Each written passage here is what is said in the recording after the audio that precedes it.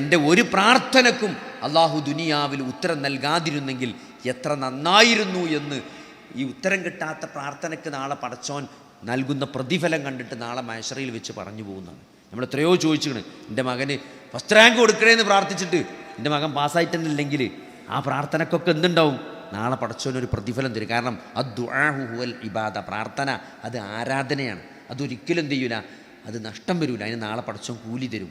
അപ്പോൾ ആ കൂലി നഷ്ടപ്പെട്ടാലേ സ്വീകരിക്കപ്പെടാം. പ്രാർത്ഥനയ്ക്ക് 3 തരത്തിലാണ് ഉത്തരം നൽകുക. ഒന്ന് ചോദിക്കണം അതേമാതിരി തരും, അല്ലെങ്കിൽ കുറച്ച് കഴിഞ്ഞിട്ട് തരും. രണ്ടെന്ത് ചെയ്യും?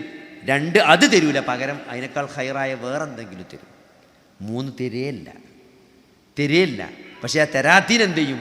ആ തരാത്തീന് പടച്ചോൻ ഭയങ്കരമായ പ്രതിഫലം നാളെ തരും. അപ്പോൾ അതുകൊണ്ട് ആ പ്രതിഫലം കാണുമ്പം ഒരാൾ പറയുന്നതാണ്, എൻ്റെ ഒരു പ്രാർത്ഥനയും സ്വീകരിച്ചിട്ടില്ലായിരുന്നെങ്കിൽ എത്ര നന്നായിരുന്നു എന്ന്. അതായത് രോഗം വന്നിട്ട് രോഗം കാരണം പരലോകത്ത് ദറജ ഉയരുന്ന ആളുകളുടെ അവസ്ഥ കണ്ടിട്ട് അസുഖം വരാത്ത ആളുകൾ പരലോകത്ത് പറയുന്നതാണ്, ഒരു കത്തിയോണ്ട് മേല് മുറിയാക്കിയിട്ട് അങ്ങനെ കഷ്ണിച്ച് അങ്ങനെ ഒരു അവസ്ഥ ഉണ്ടെങ്കിൽ എനിക്ക് അങ്ങനെ പ്രതിഫലം കിട്ടുന്ന അങ്ങനെ ആഗ്രഹിച്ചു പോകുമെന്ന് ആളുകൾ അങ്ങനെ ആഗ്രഹിച്ചു പോകുന്നതാണ്. അതായത് ഈ രോഗികളും ഈ വേദനയും പ്രയാസമൊക്കെ അനുഭവിക്കുന്ന ആളുകൾക്ക് നാളെ പരലോകത്ത് കിട്ടുന്ന പ്രതിഫലം കാണുമ്പം അവരാഗ്രഹിച്ചു പോകുന്നതാണ്. അപ്പം അത്രയും ഇതൊന്നും നഷ്ടമല്ല എന്നുള്ള ഒരു തിരിച്ചറിവ് നമുക്കുണ്ടാകണം. പിന്നെ ദുനിയാവ് നമ്മൾ താരതമ്യപ്പെടുക. നമ്മളെ സംബന്ധിച്ചിടത്തോളം ഒരാൾക്ക് അതുണ്ടെന്നോ നമ്മളെ അയൽവാസിക്ക് ഇതുണ്ടോ എന്നോ അതെന്തറിയോ, അങ്ങനെ നമ്മൾ താരതമ്യം ചെയ്തുകൊണ്ട് നമുക്ക് കിട്ടിയ അനുഗ്രഹങ്ങളെ വിസ്മരിച്ചു പോകരുത്. നിങ്ങൾ ആലോചിച്ച് നമുക്ക് ഈ 2 കണ്ണ് അല്ലേ, നമ്മൾ പ്രവർത്തിക്കുന്ന 2 കിഡ്നികൾ, നമ്മളെ അവയവങ്ങൾ, നമ്മുടെ ശരീരം, ആരോഗ്യമുള്ള ഈ ശരീരം, ഇത് തന്നെ ഏറ്റവും വലിയ അനുഗ്രഹമാണ്. കാരണം ഒരസുഖം വന്നാൽ ഏത് സമ്പന്നനാണെങ്കിലും മുഴുവൻ സമ്പത്ത് ചെലവഴിച്ചിട്ടും ആരോഗ്യം തിരിച്ചു കിട്ടുന്നുണ്ടെങ്കിൽ ആളുകൾ അതിന് തയ്യാറാകും.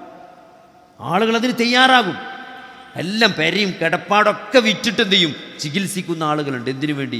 ജീവിതം നിലനിർത്താൻ വേണ്ടിയിട്ട്. ആവശ്യം. അപ്പം അങ്ങനെയൊന്നും ഇല്ലാത്ത നമ്മൾ എത്ര ഭാഗ്യവാന്മാരാണ്. അപ്പോൾ ഈ ഉള്ള അനുഗ്രഹങ്ങളെ തിരിച്ചറിയുക എന്നുള്ളത് വളരെ പ്രധാനപ്പെട്ടതാണ്. അതേപോലെ തന്നെ ഉള്ളതിൽ സംതൃപ്തി ഉണ്ടാകുക. കുറേ കിട്ടുക എന്നുള്ളതല്ല, കിട്ടിയതിൽ സംതൃപ്തമാകാൻ പറ്റിയ ഒരു മനസ്സുണ്ടെങ്കിൽ എന്താ പറയുക, അത് ഭയങ്കര ഒരു അസറ്റാണ്. നേരെ മറിച്ച് നമ്മൾ എത്ര കിട്ടിയാലും മതി വരാത്ത മനസ്സാണെങ്കിൽ കിട്ടണിൽ ഒരു കാര്യം ഉണ്ടാവില്ല. കാരണം നമ്മൾ സംതൃപ്തരാവില്ല. ഇപ്പം നമ്മൾ വരുമാനം ഒരു മാസം 1,00,000 എല്ലാ ചിലവും കഴിച്ചിട്ട് 1,00,000 കിട്ടിയാൽ എൻ്റെ എല്ലാ പ്രശ്നവും തീരുമെന്ന് പറഞ്ഞ കുറേ ആൾക്കാരുണ്ട്.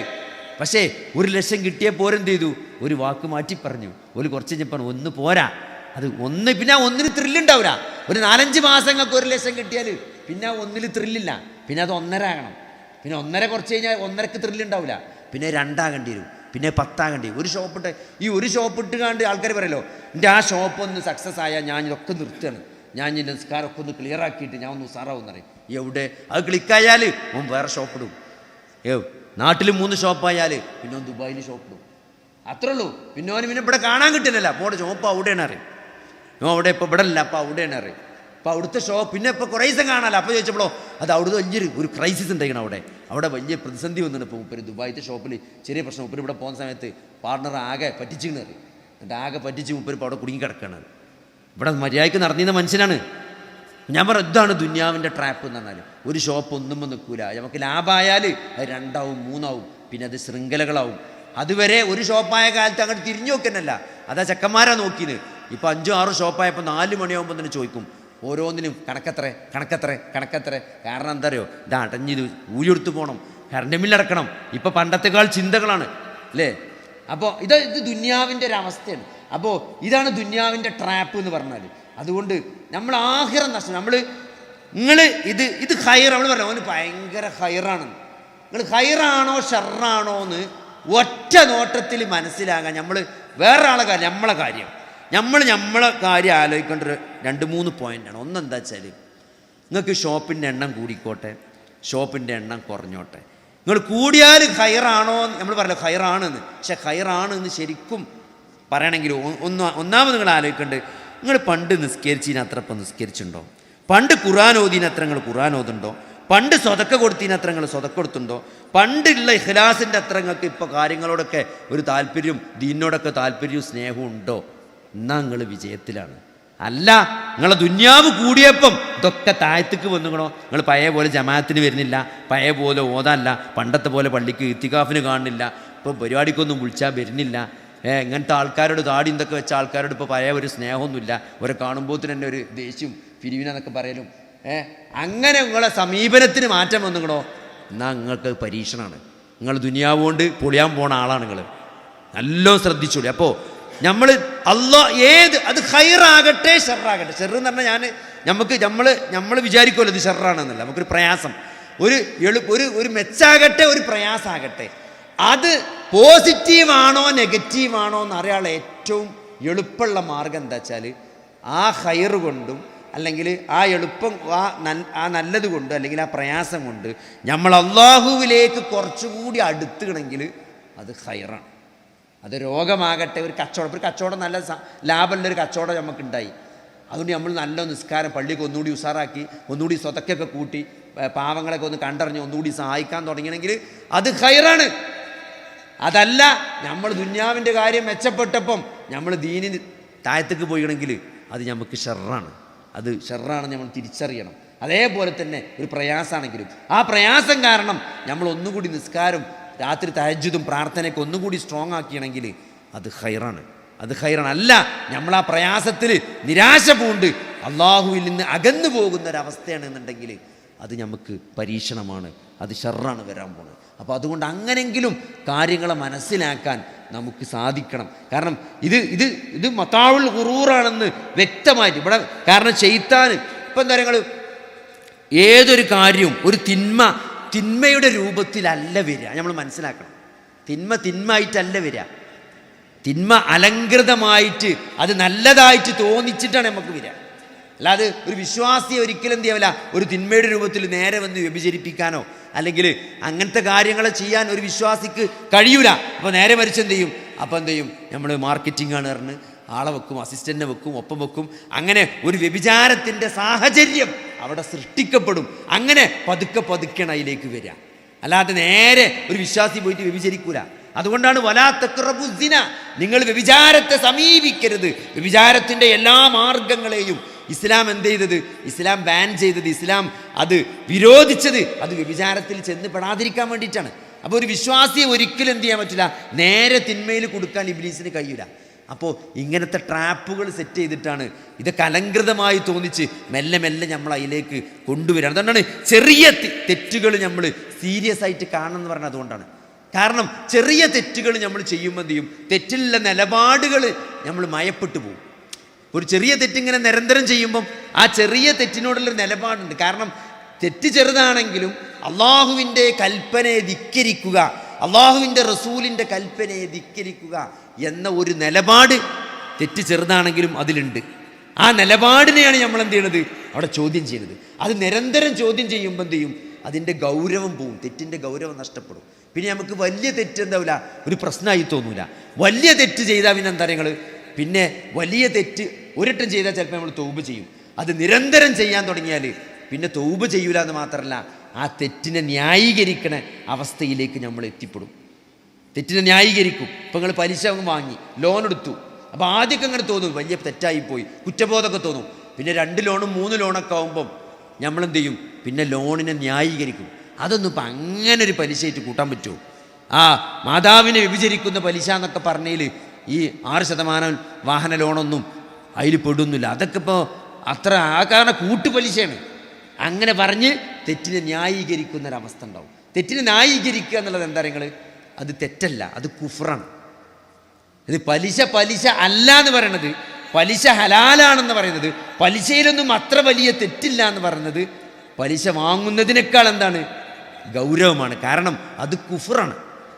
അപ്പോൾ പാപങ്ങളുടെ അനന്തരഫലങ്ങളെയാണ് നമ്മൾ എന്ത് ചെയ്യേണ്ടത്, ഏറ്റവും കൂടുതൽ ഭയപ്പെടേണ്ടത്. ഒരു നന്മ 1000 നന്മയിലേക്ക് വാതിൽ തുറക്കുന്ന പോലെ ഒരു തിന്മ എന്ത് ചെയ്യും, 1000 തിന്മകളിലേക്ക് എന്ത് ചെയ്യും, വാതിൽ തുറക്കും എന്നുള്ള ഒരു യാഥാർത്ഥ്യം നമ്മൾ മനസ്സിലാക്കണം. അപ്പോൾ ഇതിൽ നിന്നൊക്കെ രക്ഷപ്പെടാനുള്ളൊരു മാർഗം, ഒന്ന് അള്ളാഹുവിനെ അറിഞ്ഞുകൊണ്ട് അള്ളാഹുവിനെ മാത്രം ആരാധിച്ചുകൊണ്ട് ആ അള്ളാഹുവിനെ മനസ്സിലാക്കി അള്ളാഹുവിനെ ഇപ്പോൾ ഇഖ്ലാസോടുകൂടി കർമ്മങ്ങൾ ചെയ്യാം. അതന്നെ ഏറ്റവും വലിയ ഒരു വിശ്വാസിയെ സംബന്ധിച്ചിടത്തോളം ഏറ്റവും വലിയ കാര്യം ഇഖ്ലാസ് തന്നെയാണ്. നമ്മൾ ചെയ്യുന്ന കർമ്മങ്ങൾ അത് അള്ളാഹുവിൻ്റെ തൃപ്തിക്ക് വേണ്ടിയാണ് എന്ന് ആ ഒരു ലക്ഷ്യത്തിൽ നമ്മൾ കർമ്മങ്ങൾ ചെയ്യുമ്പം അതിൽ വലിയ പ്രതിഫലമുണ്ട് അല്ലേ? ആ കർമ്മങ്ങൾ അള്ളാഹു സ്വീകരിക്കും. അതല്ലാത്ത കർമ്മങ്ങൾ നാളെ അള്ളാഹു പറത്തിക്കളയുന്നതാണ്. അള്ളാഹിൻ്റെ തൃപ്തിക്കല്ലാത്ത ചെയ്ത കർമ്മങ്ങൾക്ക് ഒരു വിലയും നാളെ പരലോകത്ത് വിചാരണയിൽ അള്ളാഹു കാണൂല എന്നാണ്. അതൊക്കെ പറത്തി പൊടിയാക്കി വിടുന്നതാണ്. അപ്പോൾ അതുകൊണ്ട് ചെയ്യണത് എത്ര ചെറുതാണെങ്കിലും അത് റബ്ബിൻ്റെ തൃപ്തി ആഗ്രഹിച്ചുകൊണ്ട് ചെയ്യാൻ നമ്മൾ ശ്രമിക്കുക. ഇഖ്ലാസോടുകൂടി, അതേപോലെ തന്നെ ഇത്തിബാഓടുകൂടി അള്ളാഹുവിൻ്റെ റസൂല് എങ്ങനെയാണോ ചെയ്തത് അതേപോലെ ചെയ്യാതെ. ഇതാണ് ദീന്. ദീൻ എന്ന് പറയുമ്പോൾ അള്ളാഹും റസൂലും പഠിപ്പിച്ചതാണ്. അത് നമുക്ക് സ്വന്തമായിട്ടൊരു ചോയ്സ് ഇല്ല. ഒരു ചോയ്സ് ഇല്ല. ദീനിൽ നമുക്ക് ചോയ്സ് ഇല്ല. നമുക്ക് എന്തിലേ ചോയ്സ് ഉള്ളൂ? മുസ്ലിം ആകണോ ആകണ്ടേ എന്നതിനെ നമുക്ക് ചോയ്സ് ഉള്ളൂ. മുസ്ലിം ആയാൽ പിന്നെ നമുക്ക് എന്തില്ല? പിന്നെ നമുക്ക് ചോയ്സ് ഇല്ല. പിന്നെ അള്ളാഹും റസൂലും എന്ത് പറഞ്ഞോ അതാണ് നമ്മുടെ ദീന്. അള്ളാഹും റസൂലും കൽപ്പിച്ചതിന് ലംഘിച്ചുകൊണ്ടൊരു വിശ്വാസിക്ക് ഒരു തീരുമാനം എടുക്കാൻ ഒരു ചോയ്സ് ഇസ്ലാമിലില്ല. അതുകൊണ്ട് അള്ളാഹിൻ്റെ റസൂൽ എങ്ങനെയാണോ പഠിപ്പിച്ചത് അത് അറിയുക, അത് പഠിക്കുക എന്നുള്ളത്. ഇപ്പോൾ നമ്മൾ ഒരു നിയമലംഘനം നടത്തിയിട്ട് കോടതിയിൽ പോയിട്ട്, ഇന്ത്യൻ കോടതിയിൽ പോയിട്ട് എനിക്ക് നിയമം അറിയില്ലായിരുന്നു എന്ന് പറഞ്ഞാൽ എന്തല്ല? Ignorance of the law is not an excuse എന്നാണ്. നിയമം അറിയില്ല എന്നത് എന്തല്ല? ഒരു എക്സ്ക്യൂസ് അല്ല. ഇത് ആധുനിക കോടതിയിൽ പോലും അത് എക്സ്ക്യൂസ് അല്ല. അപ്പോൾ നാളെ പടച്ചോൻ്റെ അടുത്ത് എങ്ങനെ പിന്നെ അത് എക്സ്ക്യൂസ് ആകുക? എനിക്ക് അറിയില്ലെന്ന് പറയാൻ പറ്റില്ല. കാരണം 2 കണ്ണ് നൽകി, 2 കാത് നൽകി, ചിന്തിക്കാനുള്ള തലച്ചോറ് നൽകി, ഇതൊക്കെ നൽകിയ അള്ളാഹു, ആ അള്ളാഹിനോട് എങ്ങനെയാണ് ഇതൊന്നും നമുക്ക് അറിയില്ല എന്ന് സഹോദരങ്ങളെ, ഇതൊന്നും ഞാൻ മനസ്സിലാക്കിയില്ല എന്ന് ഒരു കാരണവശാലും പറയാൻ പറ്റില്ല. അതുകൊണ്ട് അള്ളാഹിൻ്റെ റസൂൽ എന്തൊക്കെ പഠിപ്പിച്ചോ, എന്താണ് ദീന് എന്നുള്ളത് കൃത്യമായിട്ട് അറിയുകയും പഠിക്കുകയും മനസ്സിലാക്കുകയും അതനുസരിച്ച് ജീവിക്കുകയും ചെയ്യുക എന്നുള്ളതാണ്.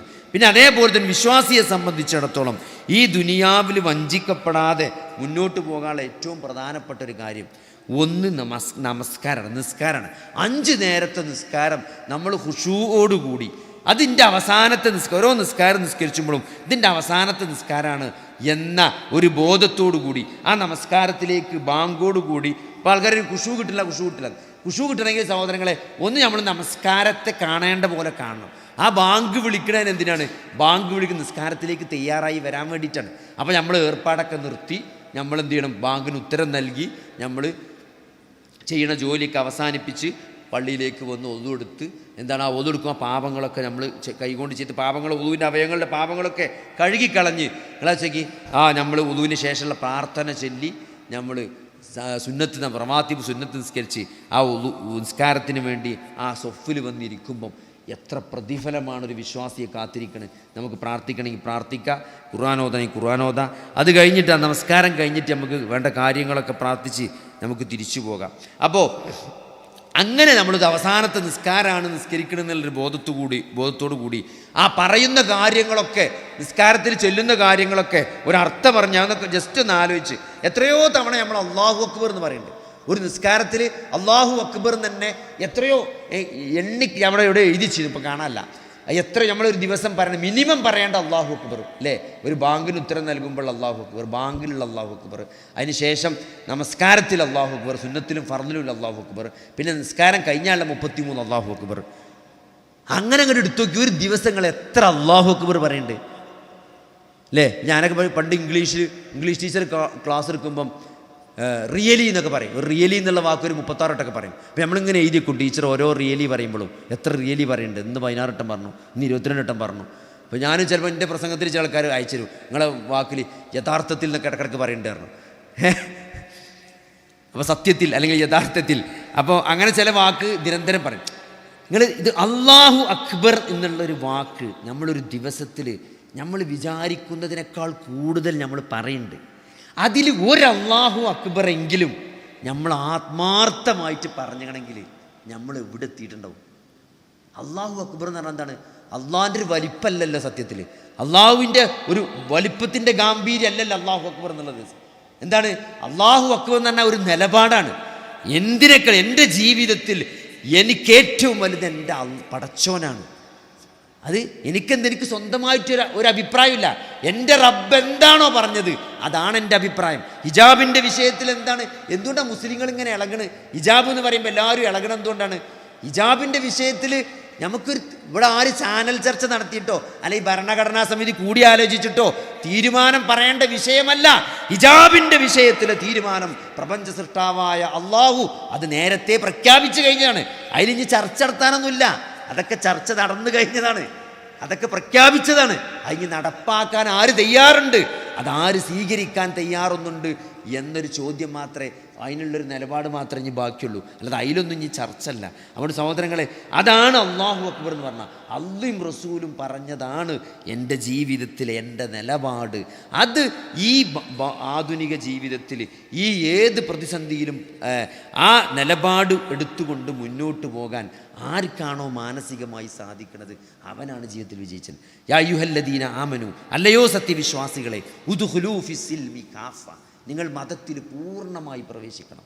അല്ലേ? നമുക്ക് തോന്നിയത്, നമുക്ക് പറ്റിയതിനൊക്കെ നമ്മൾ ഇസ്ലാം എടുക്കുക, നമുക്ക് പറ്റാത്തതിനൊക്കെ നമ്മൾ ഇസ്ലാമിനെ പുറത്തു നിർത്തുക. അത് സഹോദരങ്ങളെ, അതല്ല ഒരു മുസ്ലിമിൻ്റെ നിലപാട്. അല്ലയോ സത്യവിശ്വാസികളെ, നിങ്ങൾ മതത്തിൽ പൂർണ്ണമായി പ്രവേശിക്കണം എന്നാണ്. അവിടെ അള്ളയും റസൂലും എന്തൊക്കെ പറഞ്ഞോ അതൊക്കെ നമ്മൾ ജീവിതത്തിൽ പ്രാവർത്തികമാക്കണം, അതൊക്കെ നമ്മൾ പാലിക്കണം. അവിടെ നമുക്ക് യാതൊരു ചോയ്സും ഇല്ല. അതുകൊണ്ട് കഴിയുന്നത്ര ഇവിടെ നമുക്ക് ജീവിക്കാൻ പറ്റില്ലെന്നാണ്. നാളെ മരിച്ചാൽ നേരത്ത് മലക്കുകൾ ചോദിക്കുന്നതാണ്, നിങ്ങൾ എന്തുകൊണ്ട് വേറെ നാട്ടിലേക്ക് പുറപ്പെട്ടില്ല എന്ന് മലക്കുകൾ ചോദിക്കുന്നതാണ്. കാരണം ഇവിടെ ഞങ്ങൾക്ക് ജീവിക്കാൻ പറ്റില്ല എന്ന് മലക്കളോട് ആളുകൾ പറയുന്നതാണ്. ഇവിടെ ഞങ്ങൾക്ക് അതിൻ്റെ സാഹചര്യം ഉണ്ടായിരുന്നില്ല എന്ന് മറുപടി പറയുന്ന ആളുകളോട് ഖുർആനിൽ മലക്കൾ ചോദിക്കുന്ന പറഞ്ഞത്, നിങ്ങൾ എന്തുകൊണ്ട് അള്ളാഹുവിൻ്റെ ഭൂമി വിശാലമായിരുന്നില്ലേ, നിങ്ങൾ എന്തുകൊണ്ട് വേറെ നാട്ടിലേക്ക് പോയില്ല എന്ന് ചോദിക്കുന്നതാണ്. അപ്പോൾ അത്രയും ഗൗരവമുള്ള വിഷയമാണ്.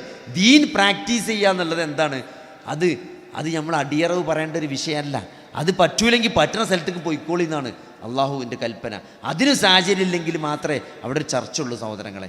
അതുകൊണ്ട് നമ്മൾ വളരെ സീരിയസ് ആയിട്ട് ദീന് കാണുക എന്നുള്ളതാണ്. ജീവിതത്തിൽ ദീനിൻ്റെ കാര്യങ്ങൾ മുറുകെ പിടിക്കുക എന്നുള്ളതാണ്. അതിലേറ്റവും പ്രധാനപ്പെട്ടത് നമസ്കാരമാണ്. 5 നേരത്തെ നമസ്കാരം. അത് നമ്മൾ ആത്മാർത്ഥമായിട്ട് ഖുശൂഅോടുകൂടെ ഫർളായി പള്ളിയിൽ വെച്ച് നമസ്കരിച്ചാൽ തന്നെ ജീവിതത്തിനൊരു ഓർഡറാവും. നമ്മളൊക്കെ 5 നേരത്തെ നിസ്കാരം കൃത്യമായി നിർവഹിക്കുന്ന ഒരാളെ സംബന്ധിച്ചിടത്തോളം അവരുടെ ജീവിതത്തിൽ നല്ലൊരു സ്ട്രക്ചർ ഉണ്ടാവും. അല്ലേ? ഇപ്പോൾ നമ്മൾ ളുഹർ എവിടെ വെച്ചാൽ ളുഹറിൻ്റെ പള്ളിക്കുണ്ടാവും. നമ്മളെ ജോലി ഇന്ന സ്ഥലത്താണെങ്കിൽ നമ്മൾ ളുഹറിന് ഇന്ന സ്ഥലത്തുണ്ടാവും, സുബൈക്ക് വീട്ടിലുണ്ടാവും, മഗ്‌രിബിന് വീട്ടിലെ പള്ളിക്കുണ്ടാവും, ഇശാക്ക് ഇന്ന സ്ഥലത്തുണ്ടാവും. അല്ലേ? എവിടെയാണ് നമ്മളിപ്പം ഒരാളെ പേഴ്സണാലിറ്റി എന്ന് പറഞ്ഞാൽ അതാണ്. മൂപ്പരെ കാണാം സുബൈക്ക് ആ പള്ളിക്ക് എന്നാൽ മതി, അല്ലെ മൂപ്പരെ കാണാൻ ളുഹറിൻ്റെ ഇന്ന സ്ഥലത്ത് എന്നാൽ മതി. കാരണം മൂപ്പരുണ്ടോ ആ പള്ളിക്കുണ്ടാവും, ളുഹറിന് ആ പള്ളി. അതാണ് നമ്മുടെ ഐഡൻറ്റിറ്റിയാണ്. അത് നമ്മളെ മക്കൾക്കും അങ്ങനെ. നമ്മളെ മക്കൾക്ക് ഒരു പള്ളി വേണം. അല്ലേ? നമ്മളെ മക്കൾ പറഞ്ഞാൽ അത് ഒരു മുസ്ലിമിനെ സംബന്ധിച്ചിടത്തോളം ഒരു ഐഡൻറ്റിറ്റി ഉണ്ട്. ഏറ്റവും ഇമ്പോർട്ടൻ്റ് ഐഡൻറ്റിറ്റി പള്ളി തന്നെയാണ്. നമ്മളെവിടെ നിസ്കരിക്കാൻ ഉണ്ടാകുക എന്നുള്ളത് വളരെ പ്രധാനപ്പെട്ടത് തന്നെ. രണ്ടാമത്തെ എന്താ പറയുക, ഖുർആനുമായിട്ടുള്ള ബന്ധം. ഖുർആൻ അള്ളാഹു സുബ്ഹാനഹു വ തആല ആകാശ ലോകത്ത് നിന്ന് ഇറക്കിയ അള്ളാഹുവിൻ്റെ കലാമാണ് വിശുദ്ധ ഖുർആൻ. ആ ഖുർആനുമായിട്ട് നമുക്ക് എത്ര ബന്ധമുണ്ട്, ആ ഖുർആനിൻ്റെ എത്ര ആയത്തുകൾ നമ്മൾ കേട്ടിട്ടുണ്ട്, നമ്മൾ മനസ്സിലാക്കിയിട്ടുണ്ട്, അതനുസരിച്ച് നമ്മൾ ജീവിക്കാൻ ശ്രമിക്കുന്നുണ്ടോ എന്നുള്ളത് വളരെ പ്രധാനപ്പെട്ട കാര്യമാണ്.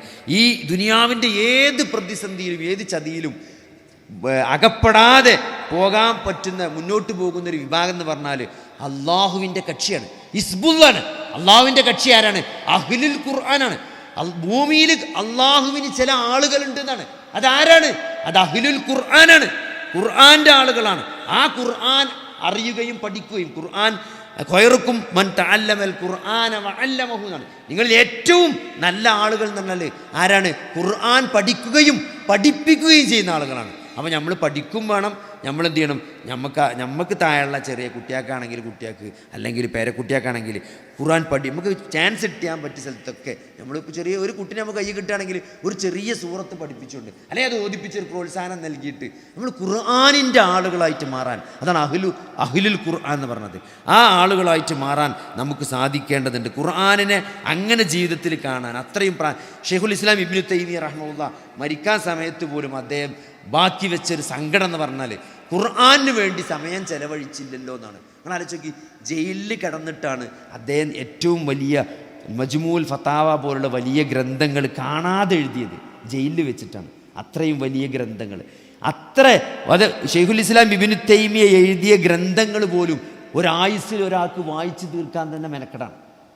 അങ്ങനെ എഴുതിയ ഇബ്നു തൈമിയ പോലും അവസാനം പറഞ്ഞെന്താണ്, എനിക്ക് ഖുർആന് വേണ്ടി സമയം കൊടുക്കാൻ കുറച്ചുകൂടി സമയം കൊടുക്കാമായിരുന്നു എന്നുള്ള ഒരു സങ്കടമാണ് അദ്ദേഹത്തിൻ്റെ ജീവിതത്തിൽ ബാക്കിയുണ്ടായത്. നിങ്ങൾ ആലോചിച്ച് നോക്കി.